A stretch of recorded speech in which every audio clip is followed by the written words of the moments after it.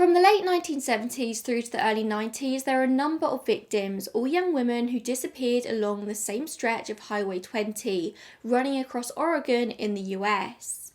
This connected the entire state from west to east and ran through the Cascade Mountains. It ran through cities, runs through cities, and some of the most remote areas of the state. So there are plenty of areas here in which somebody could run into trouble. Several stretches of Highway 20 run through thick forests, so heavily wooded that you can walk into it and immediately find yourself lost and disorientated. Any body in those woods would be near on impossible to find.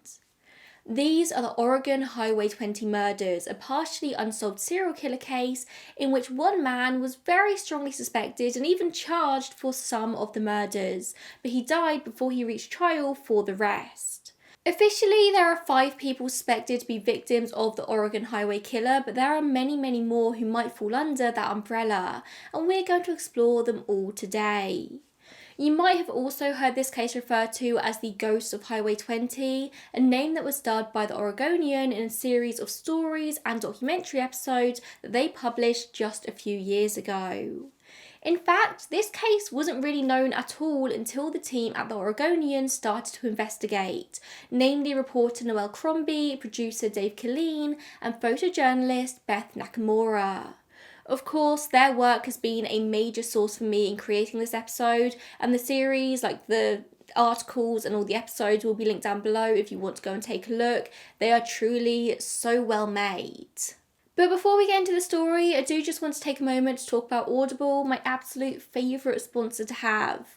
Sponsors are so important for me and my channel to ensure that I'm able to keep making these videos for you guys. So I am so grateful to them always for partnering with me. And I'm sure most of you know by now that I am a big reader. I read a lot. I've got a second channel in which I talk about books. That is it. And people always ask me how I'm able to read as much as I do. And the secret is Audible. I listen to so many audiobooks. Cleaning the house, audiobook. Going to do my horse, audiobook. Long car journey or just any car journey, audiobook. I'm always listening to something. One of my absolute favourite genres are psychological thrillers. I always enjoy thriller, so I was so excited when I heard that Audible have an exclusive on The Cut by Richard Armitage. This is a thriller set in a village in the Midlands here in the UK called Barton Mallet, and a big Hollywood producer has chosen it as a location for his new feature film, with teenagers from a local drama group being encouraged to audition for the movie. 2 of these local teens are offered a role each, but as you can probably guess, this is a psychological thriller.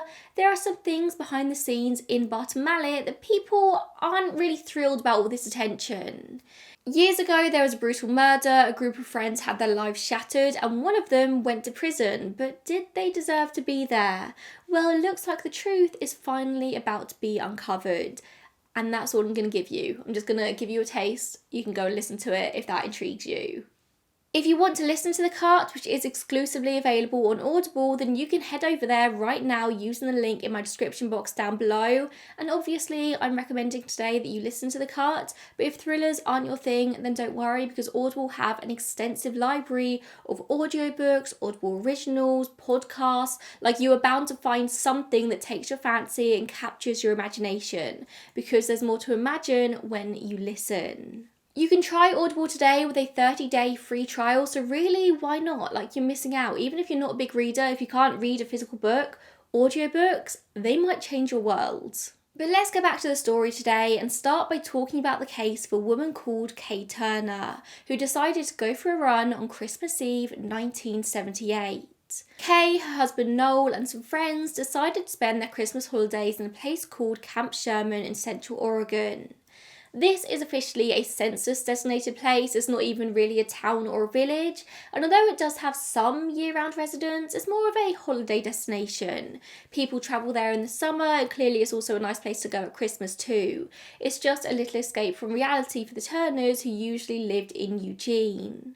Kay was a big runner, she loved running, and so she woke up on Christmas Eve and decided to go for just a little easy 8-mile run. She left at 8:15 a.m. and intended to be back for breakfast in an hour. Kay was 35 years old, she was clearly fit as a fiddle, she was a marathon runner, and she loved to climb a mountain as well, and so this was just very normal behaviour for her. That morning, she'd asked one of the friends if they wanted to come and join her on the run, but the friend wasn't really feeling it, and so off Kay went on her own. Like, it was meant to just be a quick run. She was going to be back in an hour's time. A state highway worker called Thomas Hanna remembered spotting Kay on this run not long after she left. He was on his way home after a night shift, so his timing was, he sort of knew what time he had been driving through this point. He also remembered seeing another highway worker driving through Camp Sherman that morning as well, and this is important, but we'll come back round to this momentarily. By 10 a.m, Kay still hadn't returned back to the holiday home, and Noel, her husband, was beginning to get concerned. He decided to go out for a drive and look for her around Camp Sherman. This wasn't a big place. He probably knew that Kay would be sticking to the roads and paths, so when he drove around and couldn't find her, he really started to panic and called the police, who pretty soon assumed that Noel was definitely 100% involved. During a search of Kay's desk at work later on, it became very clear to investigators that Kay had had 2 affairs with 2 married men in the previous few months, and so obviously that brought a number of potential suspects to the forefront. There was Noel, her husband, the 2 men, and their 2 wives. But the police definitely seemed to be the most interested in Noel. They thought he must have done something to her in revenge, even though it seemed that he didn't even know about the affairs. Like, it was very obvious that he had no clue that these affairs were going on. Regardless, they focused so much time and attention on this theory that they didn't really want to look elsewhere. But there was certainly no proof of Noel's involvement. They locked on. They were like, it was definitely the husband, we're going to find him. And they didn't bother to look anywhere else at all. Within just days, Kay's disappearance was statewide news. Everyone in Oregon was keeping an eye out for her, but it was very clear from early on that something bad had happened, that they weren't looking for Kay to be alive, they were looking for a body. Especially when 2 days after she disappeared, so the day after Christmas, trackers searching for Kay came across 2 sets of footprints and scuffle marks. One set of footprints matched the Nike running shoes that Kay had been wearing, and another set clearly belonged to a rather large man, the man who was quite obviously dragging Kay away. But for whatever reason, investigators quickly dismissed this evidence. They didn't really look into it much further than just looking at it. It seems they barely even searched for Kay. They focused on Noel so much that they didn't even really look for a body. Very early on in the investigation, though, they came across a man called John Arthur Ackroyd. He would have been 29 years old at this time, and he had been born and raised in Oregon in the tiny logging town of Sweet Home. Yes, genuinely, there is a place called Sweet Home, and a horrible man came from it. Ackroyd had a fairly regular childhood, but he was never very adept at making friends. He found himself a bit of a loner throughout school, he was bullied, and even after he finished high school, where he was a special education student, he still just didn't really ever fit in with anyone ever. He joined the army, where he soon found himself in a bit of trouble. He started working as a mechanic overseas and was then caught stealing equipment, selling drugs, and would go AWOL. Apparently his fellow soldiers were just horrified by him in general. He showed a real propensity towards violence, particularly to animals. He was odd. Nobody ever really liked him that much. But in 1977, just 1 year before Kay disappeared, he left the army and joined the Oregon State Highway Department, where he essentially became an overseer of the highway. His job was helping people whose cars broke down, keeping an eye on things that needed clearing, helping keep people safe in his dedicated stretch of highway. This dedicated stretch was from Bend all the way out west towards the coast, and that is where he would just drive up and down all day, every day, supposedly keeping people safe. And that's what he was supposed to be doing on the day that Kay Turner went for her run. Ackroyd was questioned by the police 2 weeks into the search after being name-dropped by a colleague as being seen nearby that day. And he did admit that yes, he had seen a runner of Kay's description, but there wasn't really much more that he could tell them. He said that he'd just gotten off work at 6:30 a.m. that day, where he'd been based in Santiam Junction, about 25 miles away. When he drove through Camp Sherman, he had just finished his shift and he was apparently off to do some coyote hunting. And detectives believed him and let him go pretty quickly. They didn't think that this was a guy of much interest. They were still very, very focused on the husband at this point. But Ackroyd apparently couldn't help getting himself involved in this case. In August 1979, 8 months after Kay's disappearance, Aykroyd went into a store in Camp Sherman and walked straight up to the shopkeeper, Christine Weston, and told her that he had found Kay Turner's remains. He was in real trouble, he told her, because he was the last one to see her alive, and now he'd found her body whilst he was out hunting rabbits. He knew that that was going to look suspicious, which is a complete coincidence, I am sure. He told her that he was in real trouble because he was the last one to see her alive, and now he'd found her body whilst he was out hunting rabbits. He knew that was going to look suspicious, and he told her as much. A complete coincidence, I'm sure. I mean, Christine had once caught Aykroyd fondling himself in her store whilst looking at the men's magazines. It was just very gross. By the time she went to get her husband to get rid of him, he'd already gone, but she knew that this was a very odd guy. So when investigators arrived, Aykroyd led them into the woods about half a mile from the road to a pile of cloth and bone. This was barely recognisable as human remains. It could have very easily just been animal remains, but Aykroyd seemed sure that not only was this human, it was also definitely 100% Kay Turner. And of course, it was. For a hunter and outdoorsman like John Aykroyd, finding scraps of clothing in the woods wouldn't have been anything unusual, anything really of note. But for some reason, these particular scraps he paid attention to, and he knew it was Kay Turner. But she had obviously seriously decomposed in the 8 months her body had been in the woods, and the bones were scattered.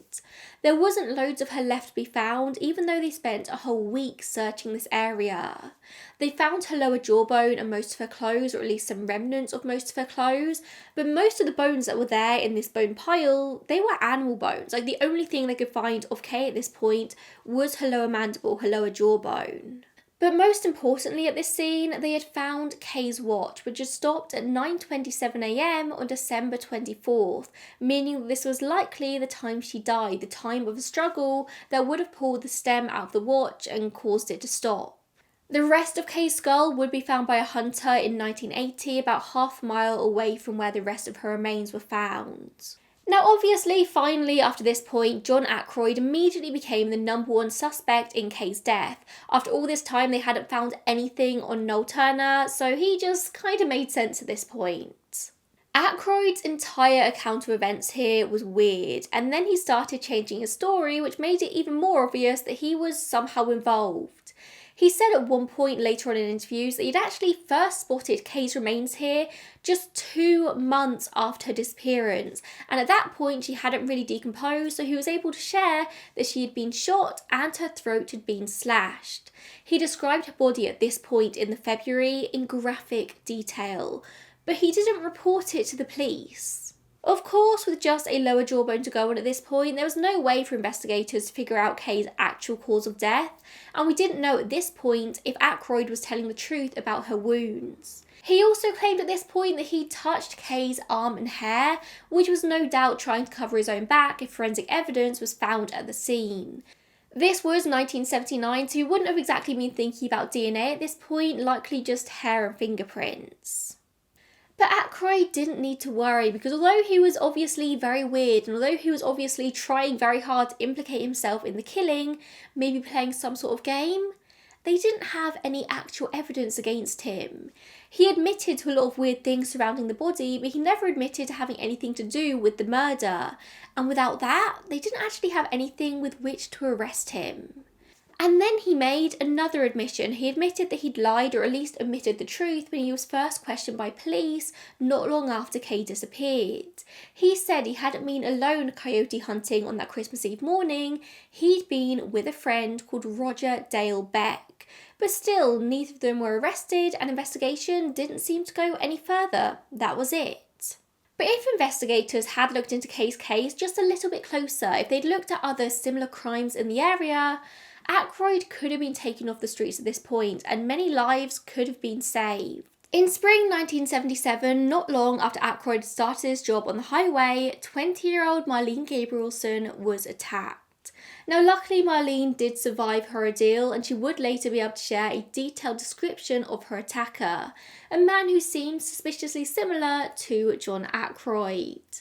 Had anyone noticed this at the time, maybe I wouldn't be here telling you this story now. Maybe none of these women needed to die. But the police didn't believe Marlene when she reported her attack. She'd been to a rodeo in Sisters, Oregon with her husband. It was a very big deal as it was her first night out after having a baby 3 months earlier, and she had been really, really excited to go. Only once there, she ended up getting into an argument with her husband, after which he wanted to go and hang out with some friends and she wanted to go home and see her daughter. And so she did. She hitched a ride with John Aykroyd. She said that at first she felt completely safe, although she probably was a bit naive. She described his truck as being this sort of beat up old thing with no handles on the doors, no handle to roll down the windows. She was in this truck and she was completely trapped inside. But she just didn't think anything of it. She fell asleep whilst he was driving. But then, an hour later, she woke to him pulling off the highway onto a secluded road, where he held a knife to her neck, dragged her into the woods, and raped her. He wouldn't even let her turn away and close her eyes. He made her look at him the entire time, which was just this extra unnecessary cruelty.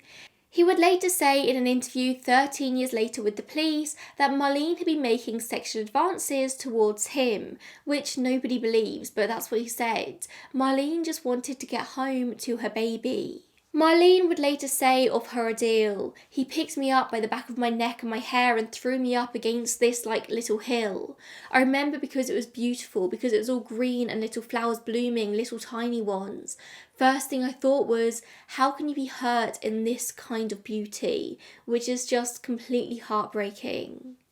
But Marlene was incredibly smart. She knew that she had to go home to her daughter, whatever the cost. She persuaded him not to kill her to take her home, and on that journey home, she knew that he had weapons within arm's reach in the truck, and so she agreed to become his girlfriend when he asked. Aykroyd drove her to her mother-in-law's house in Lebanon, about 90 miles from Sisters, where the rodeo had been, and in what should have been this very quick journey home, relatively quick journey home, Marlene's life was forever changed. Marlene was so careful to preserve all the evidence from her attack. When she arrived at her mother-in-law's house, she refused to even shower and immediately contacted the police. But from the get-go, her case just wasn't taken seriously. She later said they just viewed her as this dirty native, that she was never going to be believed by them. She never felt supported by the police, and she described her attacker as a big burly man who worked in the woods. A rape kit and the marks and bruises on her body, her clothes cut with a knife, all supported the fact that she had been attacked. But the police just didn't really care. They didn't believe her. And they knew from the get-go that she was talking about John Aykroyd. They even called him in for questioning and made both him and Marlene sit through polygraph tests. And what did these tests show? That she was lying and he was telling the truth. But we've spoken about polygraphs a lot on this channel. I actually have a whole episode dedicated to how useful they really are. There's no way to actually test if somebody is lying or not. That test just doesn't exist.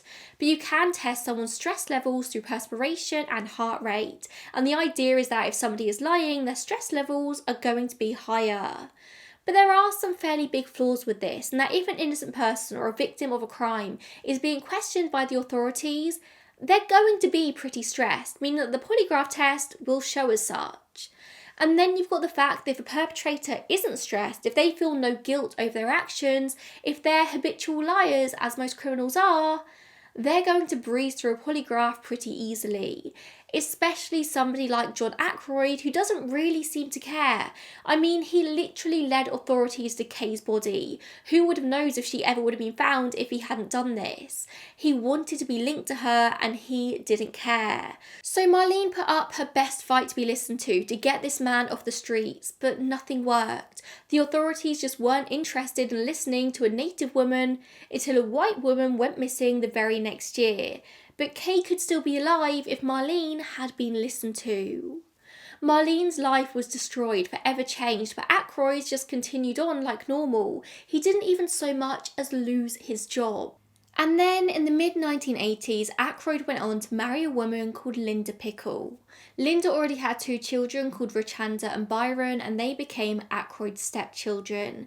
And together the family lived in Santiam Junction, an area in which many highway workers lived. So it was just kind of like a maintenance yard. It wasn't really a village or like a town. It was just a place on the highway where maintenance workers and their families stayed. By this point in the mid-80s, Linda had been a single mum for many, many years, struggling to make ends meet to give her children everything they deserved. She said in the Ghost of Highway 20 documentary that for years she'd had men stealing from her, cheating on her, and when she met John Aykroyd, he simply wasn't that type of man. He was worse, but she didn't know that. He could put on a mask.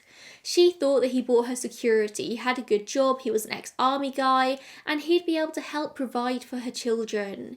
He didn't come across to her, at least, as a danger. But it didn't take long for his anger and violence to come through, friends saying that Richanda and Byron would often show up with black eyes, split lips, all different signs of domestic violence. Richanda Pickle was just 13 years old and she'd already dealt with a lot in her life. Her and her older brother Byron lent on each other a lot for support and comfort, and now here they were being abused by their new stepdad, very alone and isolated at Santiam Junction.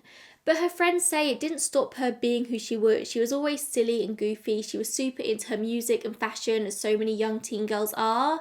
But unlike so many teen girls, she also loved school. Apparently, she'd dread home time every day because she knew what she was going home to. She would spend every second that she could at school. She felt safe there. Friends say that she was absolutely terrified of going home, and she turned to friends a lot to help her sleep away as often as she could.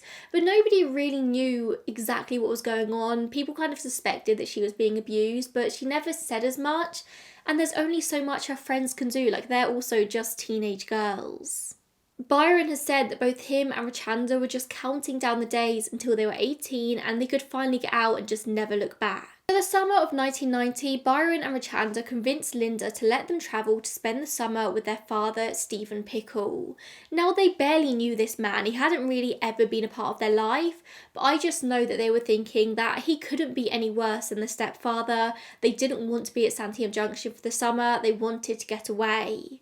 And as soon as they got there to Stephen sat them down and started asking them about rumours that he'd heard, rumours of abuse and Richanda being sexually abused by former partners of Linda. He wasn't talking about John Aykroyd, but he was talking about Richanda having a long history of sexual abuse. This poor girl had dealt with so much. Now, I don't know the exact situation with Stephen and Linda and the children. I don't know why he hadn't ever really had much contact with his own kids, but he clearly cared enough at this point to be angry that his kids were being apparently abused. When they confirmed his suspicions, he immediately got in contact with attorneys to try and take on sole custody of the pair. But things weren't exactly easy. Families and relationships are complicated, and when Richanda and Byron later wanted to join the neighbourhood kids for a game of hide and seek, Stephen apparently became convinced it was just so they could all go off and have sex. Reminder that they were 14 and 13 years old. Like, Richanda was just 13 and she was actually being sexually abused in her own home by her stepfather. I mean, that's never really been confirmed, but everyone in her life has come to that conclusion. She was very depressed, she was angry, she was cutting herself, she was terrified of being at home with her stepfather. And now she's with her actual father and she's got a chance to actually go out and be a kid. And now she's being accused of wanting to have sex with them. It's a very complicated situation. Like, Stephen is trying to protect his kids, but also is making these wild accusations. It's a very strange sitch. Richanda was so embarrassed and so angry at this accusation that she actually asked to go back home to Santiam Junction to her mum immediately. And she likely wasn't thinking straight in all her anger, but her uncle agreed to take her. He dropped her in Sweet Home, which was kind of one of the closest towns to Santiam Junction. And that's the last time Byron ever saw his sister. Richanda was very much stuck between a rock and hard place, it seems, because she got this far, she got to Sweet Home, and then she realised that, oh no, I actually don't want to go back home. I don't want to go back to my stepfather. So she started asking around for friends to go back home with her, but no one agreed to. So Richanda went home and told her mum what her dad was going to try and do, trying to get custody. And Stephen actually also called her and told her that this was what he was doing. And then Linda told John. The very next day, Richanda disappeared. On the day of her disappearance, 10th of July, both Linda and Aykroyd had to go to work. Only Linda worked longer hours and Aykroyd came home early. Why he went home early on that day has always baffled people. He said he'd been planning to go and fix some snowplows, but then realised some parts hadn't arrived, so decided to take the afternoon off. But there was still plenty of work for him to get on with that day, so why he decided to go home, nobody really knows. According to Aykroyd, he went home and asked Richanda if she wanted to go for a drive with him to photograph some deer, to which she said no. She told him that he had a load of chores that Linda had left for her to get through and she was going to do them. He then said when he returned home a couple of hours later, she was gone. He would later go out to pick Linda up from work, and when they got back, Richanda still wasn't home. But they didn't really do much of a search, they just assumed that she would be home soon, and Linda and Aykroyd even took advantage of this to have sex, which is very notable because apparently they never had sex. Like, Aykroyd had an incredibly low libido, but on this day, of all days, he was suddenly in the mood. In a police interview 11 days after her disappearance, Aykroyd told an officer that Richanda was a nice-looking girl who was getting developed. That apparently it'd be very easy for somebody to get her in a car and take her away, alluding to the fact that somebody else, definitely not him, probably abducted her. She was very easily intimidated, he said, especially if somebody maybe had a knife or a gun on them. Every time Richanda left the house, even if it was just to go hang out with friends, she would leave a note for her mother letting her know where she was going, what time she was going to get home. But there was no note on this day, nor had she taken anything with her. All of her belongings were in their usual place in her bedroom. Linda has said that apparently she knew instantly that something wasn't right, but Aykroyd told her that she wouldn't be able to report her daughter as missing until 24 hours had passed.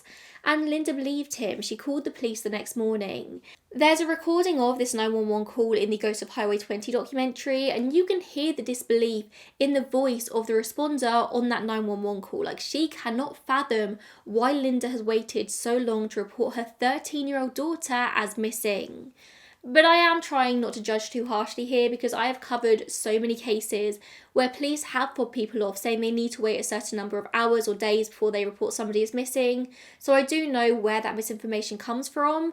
I just don't think John Aykroyd was misinformed. More likely he was just trying to put time between what was likely his crime and the police investigation into where Richanda had gone. As soon as she was reported, massive searches for Richanda immediately began. Workers from the area, police, volunteers, there were hundreds, maybe even thousands of man-hours put into this, but nothing was found. And then, 2 weeks after her disappearance, searchers found what appeared to be a pair of underwear belonging to Richanda. And this underwear was found whilst John Aykroyd was actually stood right there, because of course he likes to be close to the action. And what happened to Aykroyd in the moment that these underwear were found? He got an erection. You cannot make this shit up. From the very beginning here, investigators had him at the forefront of their minds. Like, he was immediately number one suspect. There were just too many strange things that had happened around this man for him not to be involved here with his own stepdaughter. But they had to make sure they could actually get him this time around. There was just too much at stake. He couldn't be allowed to roam free any longer. But Richanda's body has never been found, and without a body, in this time it was really hard to prosecute anything. But what they did have was Kay Turner's body, or at least they had some of Kay's body. And so they turned their focus back to her and her case. They knew they had to get John Aykroyd off the streets before he hurt somebody else. But they weren't able to. They didn't do it in time, and 2 more people did get hurt, killed. There are 2 more victims who investigators wholeheartedly believe died at the hands of John Aykroyd, and that was 17-year-old Melissa Sanders and 19-year-old Sheila Swanson, 2 girls who just so happened to be running in the same circles as him at the time they disappeared. Melissa and Sheila were very good friends who had met several months earlier, and they instantly bonded. They had really similar backstories, like very difficult lives interspersed with drugs, alcohol and abuse. They both dropped out of high school. They understood each other in a way that nobody else really did, and that created a really fast bond between them. So when the Sanders family decided to go for a camping trip at Beverly Beach State Park in the spring of 1992, of course Sheila was going to come along. But the pair soon got restless and decided they wanted to leave. They asked their boyfriends to come and pick them up from the campsite, but the boyfriends said no. So, young and braver than they probably should have been, they most likely decided to hitchhike back home instead, on a route that would have taken them along Highway 20. Sheila was from a Highway 20 town called Lebanon or Lebanon, I heard it pronounced differently in different sources, and Melissa and her family were actually from Sweet Home, the same small town that John Ackroyd came from. And when they just disappeared one morning overnight, the family assumed that that's where the girls had headed off back to. These teenage girls were free spirits and they were very independent. They had their own minds and they didn't particularly want to be hanging out with Melissa's family. So when the family woke up one morning of the camping trip and there was just no sign of the girls, they just assumed they'd got a friend to pick them up and take them back home. They really didn't worry at this point, like this was quite par for the course with these girls. It was only when they went back to Sweet Home later that week that they realised that something was amiss because there was no sign of either Melissa or Sheila. But still though, they didn't outright panic. It was only a few days after that, still with no whispers of the girls, that they contacted the police. And even still, when Sheila's family reported her as missing to the Lebanon police, they just dismissed it, saying it was well within Sheila's nature to just disappear. There was never much of a search for either of the girls. The police just didn't really care. They thought they were runaways. It was only in the October of 1992, so many months on now, when some hunters hunting off Highway 20 came across some human remains, that anyone realised that the girls just hadn't run away. They had been murdered, and here were their bodies. Sheila was found with her ankles bound with her leggings, but her shoes and socks were still on her feet. Melissa was found completely nude, although parts of her body had been ravaged and dragged away by animals. The medical examiner speculated that they may have been strangled, but the level of decomposition made it very difficult to say for sure. It was just speculation. Investigators found a rivet near the bodies, which they suspected may have fallen out of the pocket of the attacker, and this should have been a very big clue. This was something often used in field repairs by people like John Ackroyd. So what was John Ackroyd doing in this time? By 1992, him and Linda had split up, and he was also no longer living in Santiam Junction. Now, as I mentioned earlier, Santiam Junction isn't exactly a community, it's just a place for people who work on the highways with the Oregon Department of Transport to live, so they have an easy access to the highway for their job. It's for employees and their families, they can park their cars there, but there's not exactly like anything there. There's no community, there's no shops, it's just a place where some people live near the highway. But over the previous few years, there had been a lot of complaints from fellow colleagues living at Santiam Junction about John Ackroyd, that he made them really, really uncomfortable. Of course, everyone knew by this point that he'd been suspected in at least 2 murders, and the strangest thing was that he just didn't really seem to care. He wore this like a badge of honour, he bragged about it.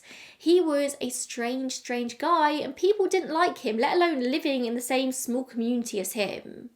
So the Oregon Department of Transport made the decision to move his base from Santiam Junction to Sweet Home, which is where he moved back in with his mother and kept his truck at a car shop nearby.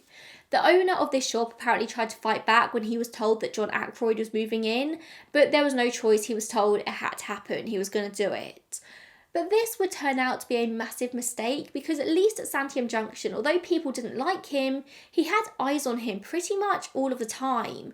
People knew his comings and goings, he was held accountable for where he was at what time. But now he was back in Sweet Home, living with his mother again, simply dropping his truck off at this shop overnight and then picking it up again first thing in the morning. There was no accountability, there was no one watching him, no one making sure that they knew where he was. He was now free to go and do whatever he liked, and he probably did just that.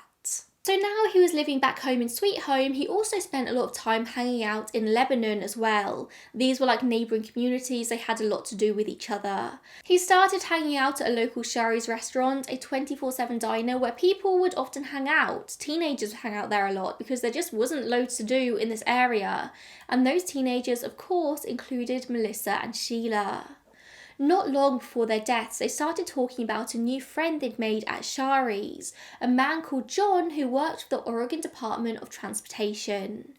Apparently everyone knew that John was a pervert. The teenagers all called him Perv. Obviously, he was this 40-something-year-old guy now hanging out with teenagers, but he would give them lifts and they would exploit him, or so they thought. Sheila and Melissa would hang out at Shari's almost every single night, and so would John, and it naturally came up one day that they were heading to the beach for a camping trip with Melissa's family. And that's when John started talking about how he had a house in Newport, and weirdly enough, he was thinking about having a party the very weekend that they were away. Newport was/is only a 10-minute drive from Beverly Beach, and no one seemed that interested in going to this pervert's party, but Melissa and Sheila did. Like, it was only 10 minutes away. What are the chances? Why would they not go? At least that's what they told him, because it doesn't look like they actually did end up going to this party on the Saturday night as planned. But they did still end up going missing. So the question is, did they call John Aykroyd to come and pick them up? Did they hitchhike to his place? Did they manage to get back as far as Sweet Home and then they saw him at Shari's and then something happened? Well, what the authorities think is that the girls left at the crack of dawn to hitchhike back home. Sheila was known to be scared of the dark, and so she wouldn't have left in the middle of the night. They think that she left that day at the crack of dawn. And at that point, John Aykroyd would have been on his work route at the time, driving from Sweet Home through to Newport. So did he just so happen to run into these girls hiking and took a chance? Because he was without a doubt an opportunist. He wouldn't really go to great lengths to plan his crimes, they just happened to fall into his lap. So he's driving on his work route, he sees Sheila and Melissa trying to hitchhike, and it just seemed like fate to him. Maybe. The girls were found near Newport off of Hayes Creek Road, and this wasn't an area that many people would have known about, perhaps unless you maybe worked on the highway every single day of your lives, and this area was also on the route that they would have had to have hitchhiked to get back home. But so frustratingly, no connection was made to Aykroyd at the time. There wasn't even really any investigation into their deaths. Investigators did look at a very basic level of DNA testing that would have been available at this time. They basically took some of Melissa's jewellery and some of her mother's jewellery to test for mitochondrial DNA, and then they also found the truck that Aykroyd would have been driving on the day that Melissa and Sheila disappeared, and they intended to test the truck for DNA once they got Melissa's off of this jewellery. But they were never able to extract any of Melissa's DNA, and so they weren't able to test it against the truck. And that's kind of where that came to an end. Like, there was nothing to test. They never really looked into it any further than that. That is literally about all the investigation there was into Melissa and Sheila's death, and I just cannot fathom why. They knew this guy was dangerous. They were starting to corner him in Kay and Richanda's cases at this point in time in 1992. So why not try and strengthen their investigation with these ones too? In fact, I am pretty sure that by the time Melissa and Sheila's bodies were found, Aykroyd had already been arrested for Kay's murder. But we'll circle back round to that in just one second. Like, why would they not try and link him to Melissa and Sheila's deaths more carefully? Like, why would they not try and follow this through? I can't fathom it.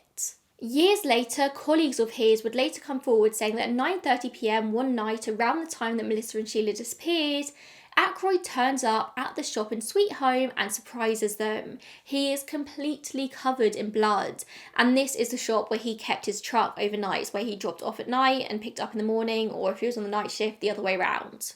So he turns up completely covered in blood, and when they asked him, like, what the hell's gone on here, he said that he'd hit a deer and had to gut it. He apparently was laughing, and then the conversation moved on. The colleagues didn't really want to pry any further. They didn't, immediately go to, oh, he's murdered someone. They just thought he was a weird guy and didn't really want to engage in any further conversation.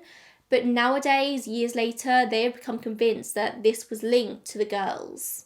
Not that the police ever really asked them about it, because like I said, there was just such little investigation here. But on June 12th, 1992, John Aykroyd was finally arrested for the murder of Kay Turner. There wasn't really any brand new evidence. There wasn't anything they discovered that blew the case wide open. Not really. Investigators had just spent hours upon hours poring over the information they already had. They looked at all the interrogations they'd done with him after Kay's disappearance. They looked at all the lies that Aykroyd had told over the years that contradicted themselves over and over again. And in the years since, I think it had been 14 years since Kay died, forensic testing had also improved, and that gave them fresh information to work with. New forensic testing showed that Kay had indeed been shot, stabbed and raped. Her clothes had been sent to a lab who were able to confirm that her clothes had been cut with a knife and not torn. The metal fragments on the fabric also showed that she had been shot. Exactly like Aykroyd had said all those years earlier, when he just so happened to come across her decomposing body and never reported it. Now that they had the information that she was indeed shot and stabbed, and they had him saying this all those years earlier as well, Well, that was akin to a confession, and they believed they finally had enough to get him. I mean, could it have been pure chance that he guessed that she'd been stabbed and shot? Probably not. And Ackroyd wasn't the only one to be arrested at this point. His friend Roger Dale Beck was also arrested for Kay's murder. The pair had been together on the day that Kay disappeared, something Ackroyd had literally told investigators early on, but they never really bothered to look at Beck, only as an alibi for Ackroyd. Only now, with the reinvestigation, they decided it probably was worth taking a look into this other guy, and in looking at him, they found so many incriminating pieces of information. When they interviewed Beck's family members, they found that he'd actually bragged multiple times over the years, mostly when he was drunk, about being involved in Kay's murder, about being the one to shoot her. At the time, Beck's wife Pam had given him an alibi for the morning of Kay's murders, but she was terrified of her husband. Like, he was not a good man, he was likely very, very abusive, and he made her lie for him. And in the years since, she divorced him and escaped.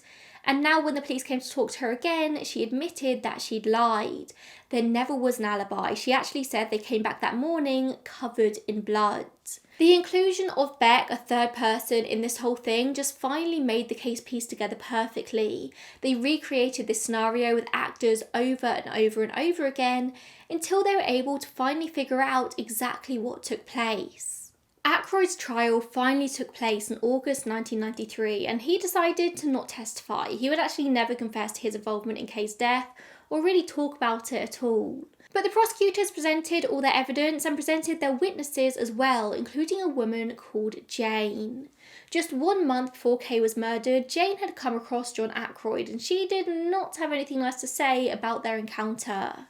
She was cycling home from her waitressing job when she ran into him on the side of the road. He pointed a handgun at her and told her to stop. And she had two choices in that moment. Either stop and do what he wanted and maybe she'd survive, or try and run or cycle away and risk getting shot. And she decided to go for the latter, speeding away as fast as she could, hoping that he didn't get in his truck and follow her. And he doesn't, and she survives. She was a living witness that he had a whole thing for threatening women with guns on the side of the road in the area in which Kay went missing. They didn't have much physical forensic evidence in this case, but they did have plenty of circumstantial. And was that going to be enough? Eventually, the jury went to deliberate and just 4 hours later came back with their verdict. John Ackroyd was found guilty on 3 counts of murder and 2 counts of aggravated murder for the death of Kay Turner, and he received a life sentence. Roger Dale Beck was also found guilty, and he also received a life sentence. There was finally justice, a resolution in Kay's case, but there are 3 more murder victims here, and Marlene, a living victim of him. And to ensure that Ackroyd would never ever be released from prison, they knew they had to get him for somebody else, and that someone was going to be Richanda Pickle. They still didn't have Richanda's body. They sadly still don't have it to this day, but they wanted to find it. They offered Ackroyd some sort of plea deal in exchange for the location of Richanda's body, but he continued to deny any involvement. So investigators just plugged on with Richanda's case. They were determined to get him. This guy could not be released. Like, they knew if he's released, he is going to kill again. And there wasn't any big smoking gun in Richanda's case. There was never really any new evidence found because they never found a body. But they compiled everything they had. They went back through the old interviews and tried to prove that, like just in Kay's case, Ackroyd lied and contradicted himself. And eventually there was an indictment. Byron, Richanda's older brother, had to be the one to decide here whether or not they were going to go forward with a grand jury trial where everything is laid out on the table, but Ackroyd did have a chance of being found not guilty, or to offer a plea deal in which Ackroyd would plead no contest to another murder charge and agree to never ever seek parole, ensuring that he would eventually die in prison. And Byron chose to go for the latter. He just wanted to make sure this guy never ever walked the streets again, never harmed anyone else again. But it did mean he was never going to see his sister's case laid out in court. He was never going to be able to find her body, never going to be able to get answers out of Ackroyd. But he did what he could to save other people. John Ackroyd did indeed die in prison in 2016. He always denied responsibility for his crimes and took any information he did have to his grave. At the time of his death, investigators were looking at getting him in Melissa and Sheila's case as well.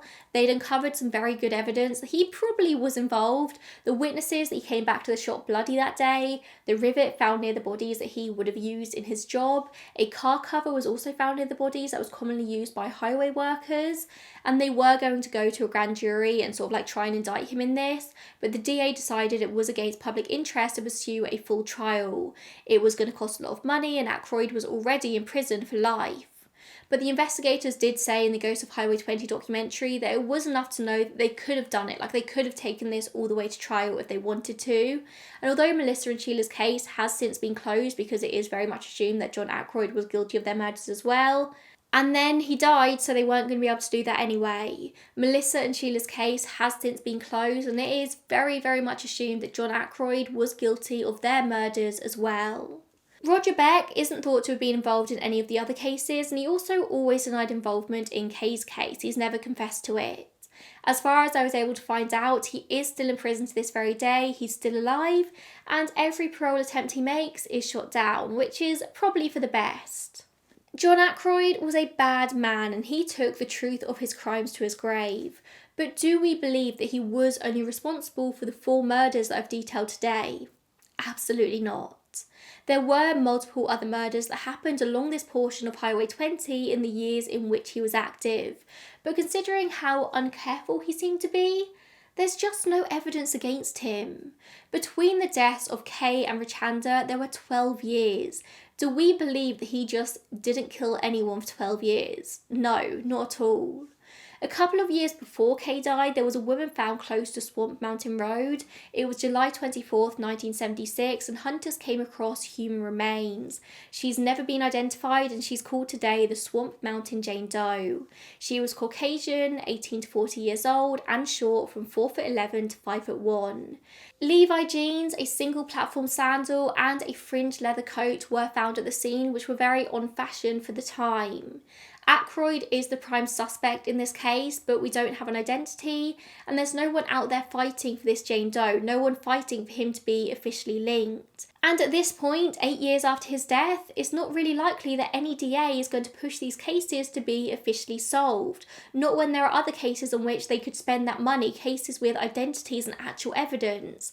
It's a really harsh reality, but the chances are John Aykroyd's never going to get done for this crime if he did do it. I did have a look, and it doesn't look like DNA Doe Project or any other charity is working on this case to get identified, so I don't really have any more information than that. In 1977, 14-year-old Rodney Lynn Grissom and 15-year-old Karen Jean Lee were last seen in Cornelius, Oregon. They left Cornelius separately, but they were travelling together. Rodney left on the 24th of May and Karen 2 days later on the 26th. The last they were heard from was when they called a friend from a payphone in Lebanon saying that they had to leave because their ride had arrived. Who was their ride? We don't know. They were never seen again, but some of their possessions would be found later that year close to Highway 20. Karen's jeans were found and it looked like they had been cut, which was definitely one of Aykroyd's MOs. Other unidentified remains have also been found near Highway 20 in Aykroyd's active years: Lynn County Jane Doe and Finley Creek Jane Doe. Finley Jane Doe was 6 to 8 months pregnant at the time of her death. She was found buried face down in a very shallow grave. Lynn County's skull was found in a wooded area just off of Highway 20, and another big MO of Aykroyd's does seem to be that he didn't ever make much effort to bury or disguise the bodies. He would just abandon them in the woodlands and hope nature would take its course. During the search for Richanda, he actually even made comments about how she was probably just covered with a log, so that was definitely a thing that he did. In 1986, 2 forest workers found a partial human skull that years later was found to belong to Wanda Ann Herr. She was 19 years old and had vanished in June 1976 after leaving her group home in Gresham. She was never reported as missing, and the question is, did she come across John Aykroyd? I have no doubt in my mind that this man was guilty for a lot more murders than what we know of. This was an evil, evil guy. Everyone who met him said that he just gave off really awful vibes. He made people literally get the chills. By definition, he was a serial killer, but just how many victims does he have? For a man who didn't seem to be all that smart about his crimes, he did know the forest well and knew how to hide a body. It's really hard to prosecute for a murder when you don't have a body as evidence. You don't have evidence that a murder took place. And so I fear in a lot of cases he has just never been connected on a technicality. No bodies, nobody knows what he did. Thank you so much for watching today, and again, a huge thank you to Audible for sponsoring this video. I really wouldn't be able to continue doing what I'm doing without sponsors, so it does mean so much that A, they sponsor me, and B, you can go and show your support by clicking on the link in the top line of the description box. It's a free 30-day trial. Free for 30 days. It's a no-brainer, and I highly recommend you go and listen to The Cut because honestly, I was gobsmacked. It was so good. And I will see you in the next one. Bye guys.